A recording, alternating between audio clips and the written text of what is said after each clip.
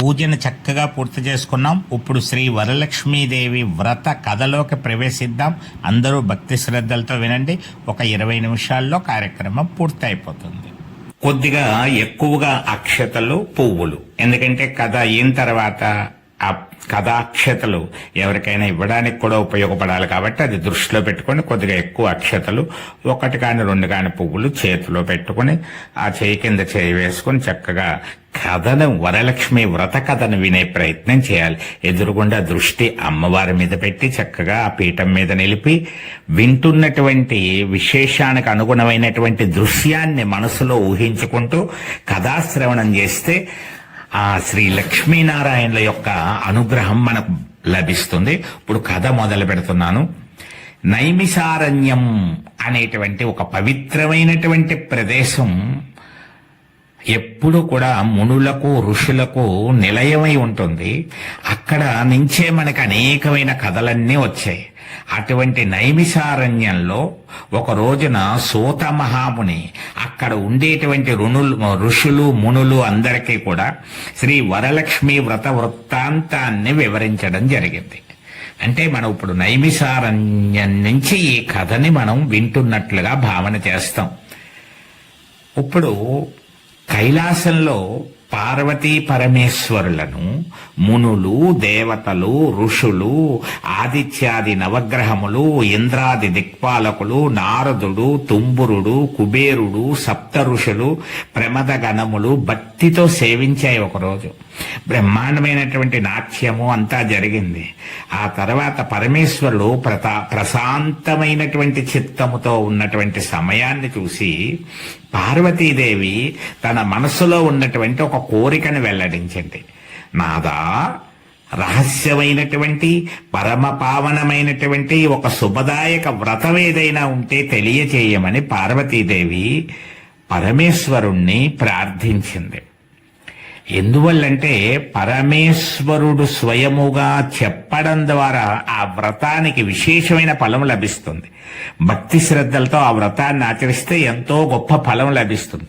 అందువల్ల అమ్మవారు మనందరికీ కూడా మేలు జరగాలని, వ్రత కథ వల్ల మంచి ఫలితం సిద్ధించాలని కోరుకుంటూ పరమేశ్వరుడి చేత లోకానికి కథను అందించింది.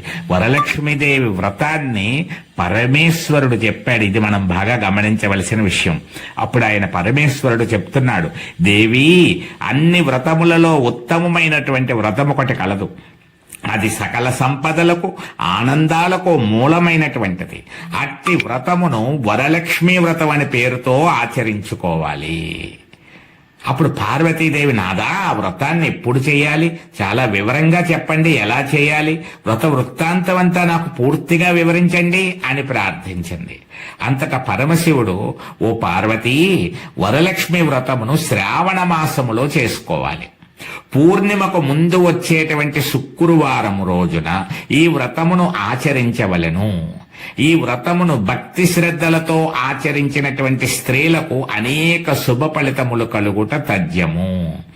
ఆ రోజున వరలక్ష్మి వ్రతమును ఆచరించినటువంటి వారికి సకల దేవతా అనుగ్రహము లభిస్తుంది. మహిళలకు సౌభాగ్య వృద్ధి కలుగుతుంది. శంకరుడు పార్వతీదేవికి వరలక్ష్మీదేవి కథా విశేషాన్ని చాలా చక్కగా వివరించడం మొదలుపెట్టాడు. ఓ పార్వతీ, పూర్వము మగధ దేశంలో కుండినము అనే పట్టణములో చారుమతి అనే బ్రాహ్మణ స్త్రీ ఉండేది. సహనము, శాంతము, పతిభక్తి, మితముగా మాట్లాడే స్వభావము కలిగినటువంటి సకల సద్గుణిరాశి అయినటువంటి చారుమతి ఉత్తమమైనటువంటి స్త్రీగా, భక్తురాలిగా చక్కటి పేరు పొందింది. ప్రతిరోజు తెల్లవార ముందే నిద్రలేచి ఇంటి పనులు చక్కపెట్టి నిత్య పూజను తొలిజాములోనే పూర్తి చేసేది. పతిని దైవముగా భావించి అనుకూలముగా నడుచుకునేది. అత్తమామలను తల్లిదండ్రుల వలె భావించి యోగక్షేమాలు చూస్తూ ఉండేది. వారిని తల్లిదండ్రుల కంటే మిన్నగా చూసుకునేది. మితంగా మాట్లాడేది అందరితోటి. ఇరుగు పొరుగు వారితో ఎంతో సఖ్యతగా, స్నేహంగా ఉండేది. చారుమతి నడవడికను, ఆమె యొక్క మంచి మనసును గమనించినటువంటి శ్రీ మహాలక్ష్మీదేవికి ఆమెను అనుగ్రహించాలనేటువంటి కోరిక కలిగింది. ఒకరోజు శ్రీ మహాలక్ష్మి ఆమెకు కలలో దర్శనమిచ్చి ఇలా మాట్లాడింది. ఓ చారుమతి, నీ భక్తి శ్రద్ధలు, వినయ విధేయతలు, నీ సహృదయత, పతిభక్తి అన్నీ చూశాను. వరలక్ష్మీదేవిగా నిన్ను అనుగ్రహించాలని భావించాను. శ్రావణ శుక్ల పూర్ణిమకు ముందు వచ్చే శుక్రవారం రోజున వరలక్ష్మి వ్రతాన్ని ఆచరించు. నీకు భోగ భాగ్యాలు, సౌభాగ్య సిద్ధిని అనుగ్రహిస్తాను అని చెప్పి శ్రీ మహాలక్ష్మీదేవి అంతర్ధానమైంది. శ్రీ మహాలక్ష్మీదేవి మాటలు విన్న చారుమతి పరమానందభరితురాలైంది. కలలోనే శ్రీ మహాలక్ష్మీదేవిని స్తోత్రం చేస్తూ ప్రదక్షిణ చేసి దేవి పాదాల వద్ద సాష్టాంగ నమస్కారం చేసింది. అమ్మా విష్ణుపత్ని శ్రీ వరలక్ష్మీదేవి, నీ దర్శన భాగ్యాన్ని పొందినటువంటి నా జన్మ ధన్యమైంది అని చెప్పేసి పరమానందంతో పలికింది. అంతలో శ్రీ మహాలక్ష్మీదేవి అంతర్ధానం అయిపోయింది. కలలోంచి బయటపడిన చారుమతికి మెలకువ వచ్చింది. తనకు వచ్చిన కల గుర్తుకొచ్చింది. తనకు వచ్చిన కల గురించి భర్తకు, అత్తమామలకు చెప్పింది. వారు కూడా సంతోషించి తప్పనిసరిగా శ్రావణ మాసంలో వ్రతాన్ని ఆచరించవమ్మా అని చెప్పారు. కేవలం తాను మాత్రమే కాకుండా తన ఇరుగు పొరుగు వారికి కూడా ఈ వరలక్ష్మీదేవి యొక్క అనుగ్రహం లభించాలని భావించి తనకు వచ్చిన కల గురించి వారికి కూడా చెప్పింది. వారు కూడా సంతోషించారు. అందరూ శ్రావణ మాసం కోసం ఎదురు చూడసాగారు. శ్రావణ మాసం రానే వచ్చింది. పూర్ణిమ ముందు వచ్చే శుక్రవారం రోజున వరలక్ష్మీదేవి వ్రత పూజకు అన్ని ఏర్పాట్లు చేసుకున్నారు. వాళ్ళంతా కూడా చక్కగా గదులను శుభ్రం చేసుకున్నారు. ఇంటి ముందు ముగ్గులు పెట్టుకున్నారు. మామిడి తోరణాలు కట్టారు. వ్రతాన్ని ఆచరించడం కోసం అంత భక్తి శ్రద్ధలతో సిద్ధమయ్యారు. ఆ రోజున తెల్లవారుజామున లేచి స్నానాదులు పూర్తి చేసి చక్కగా తయారై పూజను ప్రారంభించారు. కలశంలోకి శ్రీ మహావిష్ణు సమేత వరలక్ష్మీదేవిని ఆవాహన చేసి షోడశోపచారాలతో పూజను సామూహికంగా చేసుకున్నారు. 9 ముడులతో కూడిన పసుపు రాసిన తోరాలను ధరించారు. రకరకాల పిండి వంటలను నైవేద్యంగా సమర్పించారు. అమ్మవారి చుట్టూ భక్తి శ్రద్ధలతో ప్రదక్షిణ చేసే సమయంలో శ్రీ వరలక్ష్మి ప్రార్థన చేస్తూ మొదటి ప్రదక్షిణ పూర్తి కాగానే వారికి గల్లు గల్లుమని గజ్జెల ధ్వని వినిపించింది. వారు ఆశ్చర్యపడేలా వారి పాదాలకు వెండి గజ్జెలొచ్చాయి. రెండవ ప్రదక్షిణ పూర్తి కాగానే వారి చేతులకు నవరత్నాలు పొదిగిన బంగారు గాజుల వంటి ఆభరణాలు అమరాయి. మూడవ ప్రదక్షిణ పూర్తి కాగానే వారికి సర్వాలంకారాలు అమరాయి. వారి ఇంట్లో కూడా సకల సంపదలు వచ్చి చేరాయి. చారుమతి గృహం మొత్తం లక్ష్మీ నిలయంగా మారింది. చారుమతితో పాటు వ్రతంలో పాల్గొన్న స్త్రీలను వారి వారి ఇళ్లకు తీసుకువెళ్లడానికి రథాలు కూడా వచ్చాయి. శ్రీ వరలక్ష్మీదేవి అనుగ్రహాన్ని ప్రత్యక్షంగా చూసినటువంటి వారంతా ఆశ్చర్యానందాలకు లోనయ్యారు. పూజ చేయించినటువంటి బ్రాహ్మణోత్తముడిని దక్షిణ తాంబూలాలతో సత్కరించి 12 రకాల భక్ష్యాలు అంటే పండ్లు, శనగలు, పిండి వంటలు వంటి 12 రకాలతోటి వాయనంగా ఇచ్చి బ్రాహ్మణుని యొక్క ఆశీస్సులు పొందారు. కేవలం తాను మాత్రమే ప్రయోజనం పొందాలని భావించకుండా ఇరుగు పొరుగు వారిని కూడా కలుపుకొని తమకు కూడా వరలక్ష్మీదేవి అనుగ్రహం కలిగేలా చేసిన చారుమతికి వారందరూ కృతజ్ఞతలు చెప్పి ఆమెకు సువాసిని పూజ చేసి ఆశీస్సులు పొందారు. అందరూ తీర్థ ప్రసాదాలు స్వీకరించి భోజనములు చేసి వారి ఇళ్లకు బయలుదేరారు. అప్పటి నుంచి ప్రతి సంవత్సరం వారితో పాటు ఆ రాజ్యంలోని వారందరూ కూడా శ్రీ వరలక్ష్మీదేవి వ్రతాన్ని ఆచరించి లక్ష్మీనారాయణుల అనుగ్రహాన్ని పొందడం మొదలుపెట్టారు. ఆ విధంగా ప్రజలందరూ శ్రావణ మాసంలో వరలక్ష్మీదేవి వ్రతాన్ని ఆచరించడం ఆనాటి నుంచి ఒక సాంప్రదాయంగా జరుగుతోంది. పార్వతి, ఈ వ్రతాన్ని అన్ని కులాల వారు, ప్రాంతాల వారు ఆచరించవచ్చు. ఈ కథను చదివిన వారికి, విన్నవారికి, చెప్పిన వారికి, అందరికీ తెలిసేలా ప్రచురించి పంచిన వారికి శ్రీ లక్ష్మీనారాయణుల అనుగ్రహం, సకల దేవత కృపాకటాక్ష సిద్ధి లభిస్తుంది. ఈ వ్రతము సౌభాగ్యదాయకము, శుభదాయకము అని చెప్పేసి పార్వతికి పరమేశ్వరుడు వరలక్ష్మీదేవి యొక్క వ్రత విశేషాన్నంతటినీ చెప్పడం జరిగింది. ఇది ఇది శ్రీ వరలక్ష్మీదేవి వ్రత కథా సమాప్తం. మీ చేతిలో ఉన్నటువంటి పుష్పములు అక్షతలతో ఒకసారి భక్తితో అలా నమస్కరించుకొని ఆ పీఠం వద్ద మరలా తీసుకోవడానికి వీలుగా ఉండేలాగా తమలపాకు కానీ అక్కడ కానీ ఏదైనా పెట్టి అక్కడ ఆ లక్ష్మీదేవి దగ్గర సమర్పించండి. ముందుగా ఇవన్నీ కూడాను సమర్పించి భక్తితో నమస్కారం చేసుకుని మరలా ఒకసారి కొద్దిగా పునఃపూజ అని చెప్పేసి క్లుప్తంగా ఒక 2-3 నిమిషాల్లో పూర్తయ్యేలాగా పునఃపూజన చేయడానికి మీ అందరూ సిద్ధం అవ్వండి. ఒకసారి ఆచమనం చేసుకోండి. ఓం కేశవాయ నమః, ఓం నారాయణాయ నమః, ఓం మాధవాయ నమః అంటూ 3 సార్లు ఆచమనం చేసుకుని చేయి తుడుచుకుని పునఃపూజ అంటే ఏదైనా విశేషమైన పూజ చేసినప్పుడు కథ పూర్తయిన తర్వాత మరలా ఒకసారి పూజ చెయ్యాలి అని చెప్పబడుతూ ఉంటుంది. అందువల్ల ఇప్పుడు ఆ కార్యక్రమం మనం చేస్తున్నాం. మీ దగ్గర ఉన్నటువంటి పూజా ద్రవ్యాల్లో సందర్భాన్ని బట్టి ఏముంటేవి నేను చెబుతూ ఉంటాను, అవి అక్కడ వేసి సమర్పిస్తూ ఉండడమే. ఓం శ్రీ మహాగణాధిపతయే నమః. పుష్పం వేయండి. గణపతిని ఒక్కసారి స్మరించుకుంటున్నారు. ఓం శ్రీ మహాగణాధిపతయే నమః అంటూ ఒక పుష్పం వేయింది. అక్కడికి గణపతి పూజ అయ్యింది. మరలా ఒక పుష్పం తీసుకోండి. ఓం శ్రీ మహావిష్ణు సమేత వరలక్ష్మీదేవ్యై నమః ధ్యాయామి. పుష్పం వేసేయండి. మరలా ఒక పుష్పం తీసుకోండి. ఓం శ్రీ సర్వమంగళ స్వరూపాయై నమః ఆవాహయామి. ఆవాహనం సమర్పయామి. రత్న సింహాసనం సమర్పయామి. పుష్పం వేసేయండి. ఓం శ్రీ ఆదిలక్ష్మీదేవ్యై నమః. కొద్దిగా నీళ్లు చల్లండి. పాద్యం సమర్పయామి. అర్ఘ్యం సమర్పయామి. ముఖే శుద్ధాచమనీయం సమర్పయామి. కొద్దిగా పంచామృతములు గాని ఆవు పాలు గాని ఉంటే వాటిని కొద్దిగా మరలా ఒకసారి జల్లండి. ఓం శ్రీ ధాన్యలక్ష్మీదేవ్యై నమః పంచామృత స్నానం సమర్పయామి. మరలా మామూలు నీళ్లు కలస పాత్రలో ఉన్నటువంటి నీళ్లుని ఓం శ్రీ గజలక్ష్మీదేవ్యై నమః శుద్ధోదక స్నానం సమర్పయామి. ఒక పుష్పముతో నీటిని జల్లండి. ఓం సంతానలక్ష్మీదేవ్యై నమః అక్షతాన్ సమర్పయామి. కొద్దిగా అక్షతలు వేయండి. ఓం శ్రీ విజయలక్ష్మీదేవ్యై నమః సర్వాలంకార ప్రీత్యర్థం పుష్పాన్ సమర్పయామి. ఒక పుష్పం వేయండి. ఓం శ్రీ విద్యాలక్ష్మీదేవ్యై నమో నమః చందనం సమర్పయామి. కొద్దిగా గంధం వేయండి. ఓం శ్రీ ధనలక్ష్మీదేవ్యై నమో నమః సర్వాణ్యంగాని పూజయామి. కొద్దిగా అక్షతలు కాని పసుపు కాని కుంకుమ కాని వేయండి.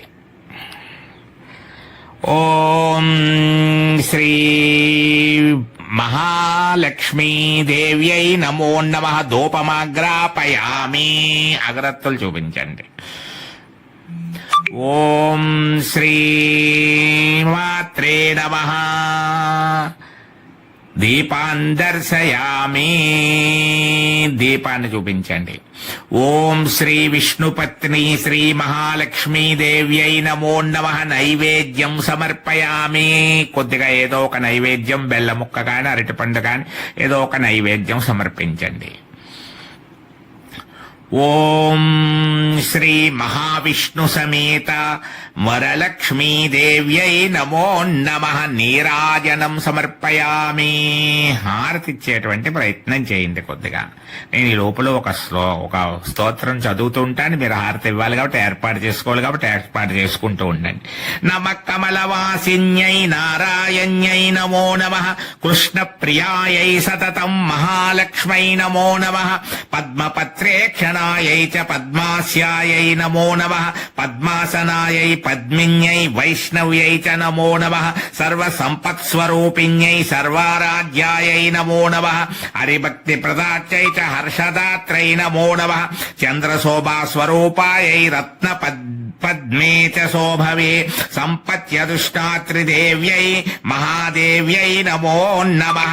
నమో బుద్ధిస్వరూపాయై బుద్ధిదాయై నమో నమః. గంట కొడుతూ నీరాజనం సమర్పించండి. మంగళం జయ మంగళం నిత్య శుభమంగళం. ఆనంద కర్పూర నీరాజనం సమర్పయామి. ఆరతి సమర్పించాక ఒక నీళ్ల చుక్క వేసి ఆరతికి ఒక నమస్కారం చేసుకోండి. మరలా ఒక పుష్పం తీసుకోండి. ఓం పద్మనిలయాయ నమః మంత్ర పుష్పం సమర్పయామి. సాష్టాంగ నమస్కారాన్ని సమర్పయామి. మోకాళ్ళ మీద కూర్చుని భక్తితో శిరస్సు వంచి నమస్కారం చేసుకోండి.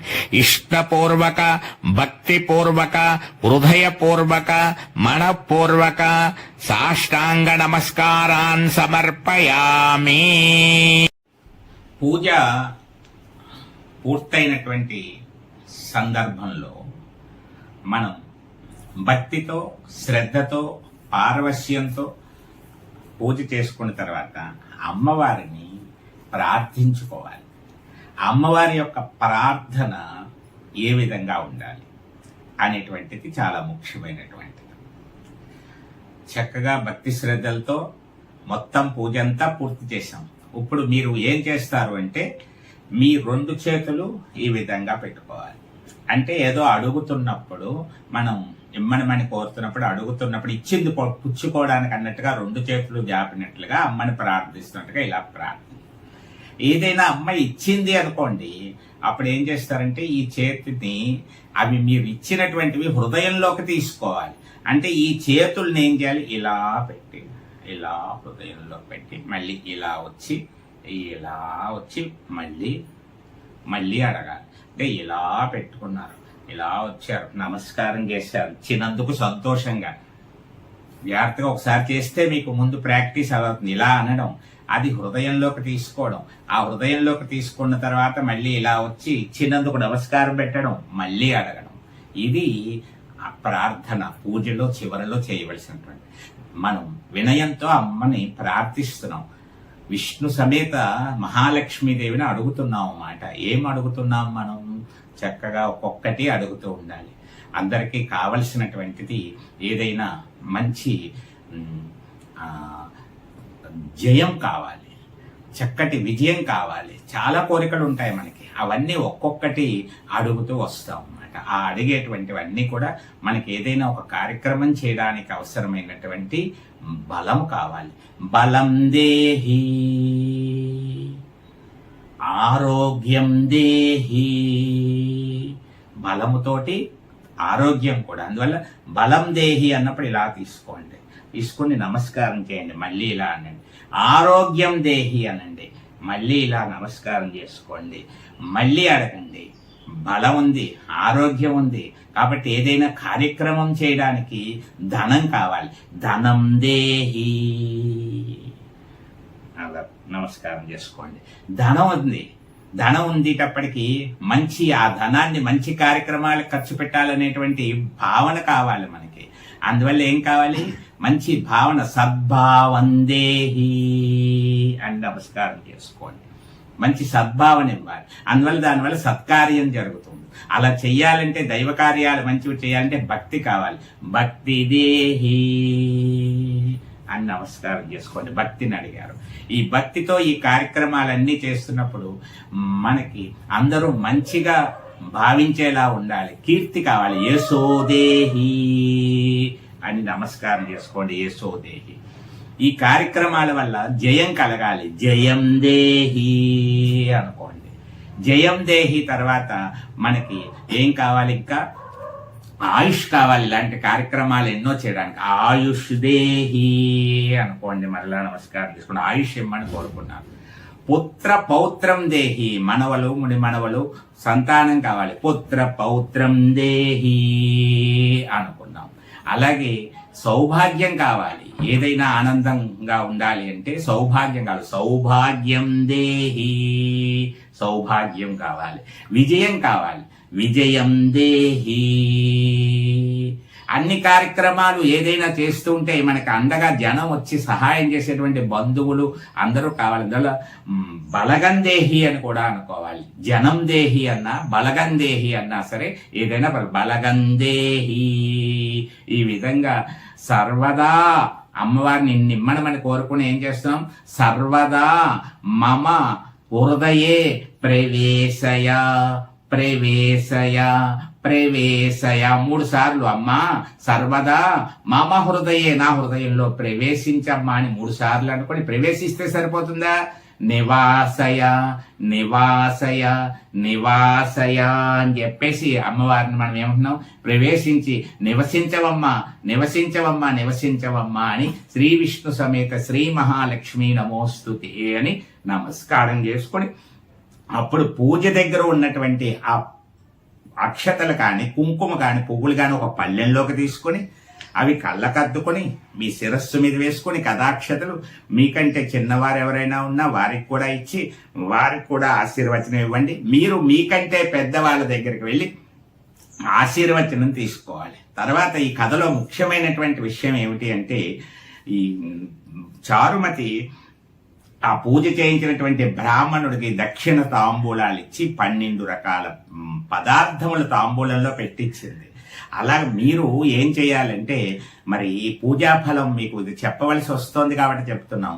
మీ గ్రామంలో మీ ఊర్లో ఉన్నటువంటి మీ ఇంటి దగ్గర మీరు చూసి చేసుకున్నారు, కానీ ఇప్పుడే ఏం చేస్తారంటే పూజ చేసిన తర్వాత మీకు తోచిన విధంగా ఎంతో కొంత తాంబూలం సమర్పించినట్లుగా ఏం చేస్తారంటే ఒక తమలపాకులో తాంబూలం ఇచ్చినట్టుగా పెట్టి ఆ పీఠం దగ్గర అది పెట్టేసుకోండి. పెట్టిన తర్వాత మీ ఊర్లో ఉన్నటువంటి ఏదైనా ఆలయంలో అర్చకుని దగ్గరకు వెళ్ళి, పురోహితుని దగ్గరకు కానీ మీకు తెలిసిన బ్రాహ్మణుల దగ్గరకు కానీ వెళ్ళి ఆ తాంబూలం ఇచ్చి ఆశీర్వచనం పొందండి. అప్పుడు మీకు సంపూర్ణమైనటువంటి ఫలము లభిస్తుంది అని ఆ విషయం కూడా మర్చిపోవద్దని తెలియజేస్తూ, తాంబూలం ఆఖరిని ఇవ్వాలి, వెంటనే వెళ్ళి మీకు ఇవ్వడం కుదరదు కాబట్టి ఆ సమయంలో ఇది ఫోన్ ద్వారా విని చేసుకున్నటువంటి కార్యక్రమం కాబట్టి ఆ సమయంలో అందుబాటులో ఉండరు కాబట్టి ఇచ్చినట్లుగా అది పక్కన పెట్టి అప్పుడు మీ పని చూసుకొని మీకు వీలు కలిగాక సాయంత్రం అప్పుడో వెళ్ళి ఆ తాంబూల సమర్పణ కూడా తప్పనిసరిగా చేయవలసిందిగా కోరుతూ, మీ అందరికీ మహావిష్ణు సమేత శ్రీ వరలక్ష్మీదేవి సంపూర్ణ అనుగ్రహం కలగాలని కోరుకుంటూ వినాయక చవితి పూజా విధానంలో మరొకసారి మిమ్మల్ని అందరినీ కలుసుకుంటాను. వరసా టీవీని సాధారణంగా వరలక్ష్మీదేవి పూజలో చాలా మంది ఉద్వాసన పలకరు. అందుకే మనం కూడా ఇక్కడ ఏం చేస్తున్నామంటే, శ్రీ మహావిష్ణు సమేత వరలక్ష్మీ దేవత వ్రత పూజాం సమాప్తం అని అలా నీళ్లు కొద్దిగా వదిలిపెట్టండి. ఏతత్ ఫలం సర్వం శ్రీ లక్ష్మీనారాయణ దేవతార్పణ వస్తు అని కూడా నీళ్లు వదిలిపెట్టేయండి. అంతే సరిపోతుంది. ఆ తర్వాత ఏం చేస్తారంటే, మీరు ముత్తైదువులు ఇద్దరిని గాని ఒకరిని గాని మీ వీలుని బట్టి వాళ్ళని ఆహ్వానించి సువాసిని పూజగా చేసి వారికి తాంబూలం ఇవ్వడం కూడా ఈ రోజు చేయడం చాలా మంచిదిగా భావించి మీ వీలుని బట్టి ఆ కార్యక్రమం కూడా చేసుకోండి. మీకు నచ్చిన స్తోత్రాలు అవన్నీ కూడా ఎంతసేపు కావాలంటే అంతసేపు చేసుకోవలసిందిగా కోరుకుంటున్నాను. జై శ్రీరామ్.